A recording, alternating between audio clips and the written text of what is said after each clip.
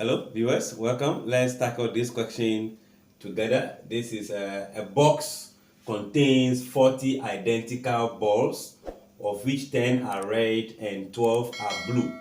So if a ball is selected at random from the box, what is the probability that it is neither red nor blue? This is question 48 of just ended WASSCE January-February 2025 edition. So in doing this, we know the total number of balls. Let's make a representation. So let U represent total number of balls, which is what? 40. We can also say that we let R equals to red. Therefore, number of red, how many are they? 10 are red. So we have B representing what? Blue. That means number of blue is going to be 12. Now, if you check from here, you can see that this is the total. This and this, when added, is not equal to the value we have as 40. So it means there are some balls in there that are not of this color, red and what? Blue. So let's find total number of what?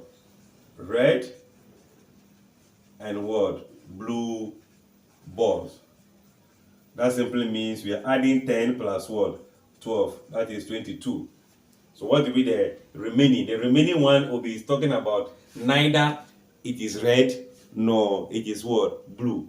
So let me just say number of neither red nor blue is going to be the total number of balls that we have as 40, then the red and blue. That will be giving us what? 18. So now that we have the total number of neither red nor blue, that is the event, right? So the probability of, let's say, neither red nor blue is going to be equals to the event. That's the number of neither red nor blue, which in this case is 18, divided by the sample space, which is the ball that we have in total. That will be 40.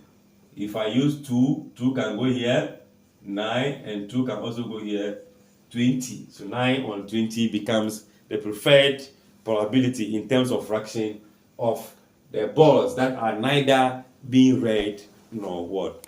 Blue. I guess it is correct. Like, share, comment, and subscribe.